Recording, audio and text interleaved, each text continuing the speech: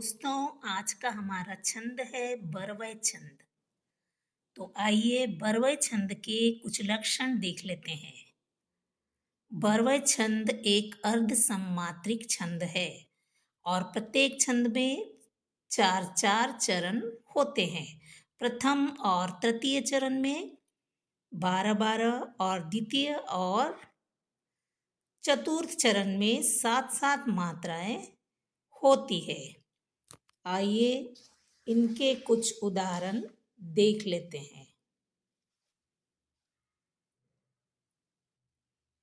पहला उदाहरण है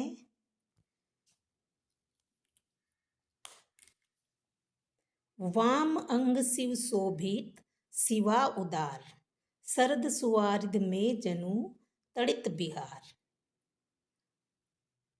इस छंद में 4 चरण है, 1, 2, 3 और 4 और 12 और 7 पर यति है। यति यानी ठहराव है और अंतिम शब्द, छंद के अंतिम शब्द तुकबंदी वाले हैं, उदार और बिहार या ध्वनि साम्य है। आइए इसकी मात्राएं गिन लेते हैं। प्रथम चरण में 12 और द्वितीय चरण में 7।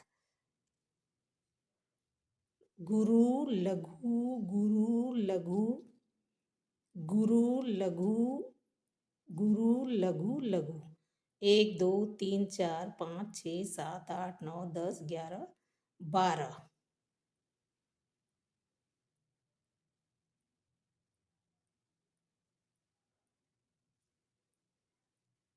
12 मात्राएं आनी चाहिए। 12 मात्राएं हैं, ठीक है, पहले चरण में। दूसरे चरण में लघु गुरु लघु लघु और गुरु। दूसरे चरण में 1 2 3 4 5 6 7। अब 12 और 7 मिलाकर के 19 होती है। यह इसीलिए इसे अर्ध सम्मात्रिक छंद कहते हैं, क्योंकि पहला और तीसरा चरण 12 का है, सम संख्याएं हैं, और दूसरा और चौथा चरण 7 मात्राओं का है, इसलिए विषम संख्या है, इसलिए इसे अर्ध सम्मात्रिक छंद कहते हैं। चलिए दूसरी पंक्ति की मात्राएं गिनेंगे। लघु लघु लघु लघु गुरु लघु लघु गुरु लघु लघु। 1 2 3 4 5 6 7 8 9 10 11 12। कितनी मात्राएं हैं? 12। 1 2 3 लघु गुरु लघु। 1 2 3 4 5 6 7। 12 और 7 19।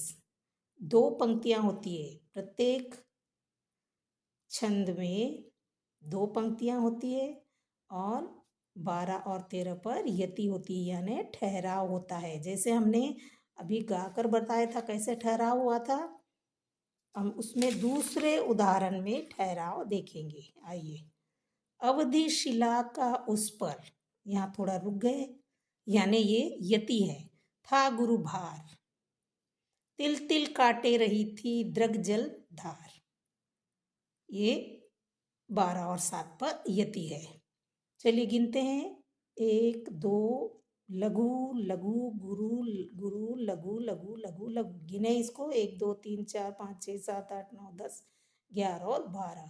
पहले चरण में 12 गुरु गुरु गुरु लघु, और दूसरे चरण में 7। 12 और 7 19। लघु लघु लघु लघु गुरु गुरु लघु गुरु गुरु लघु।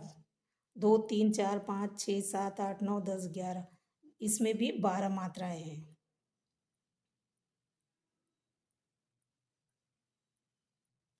ये क्या है?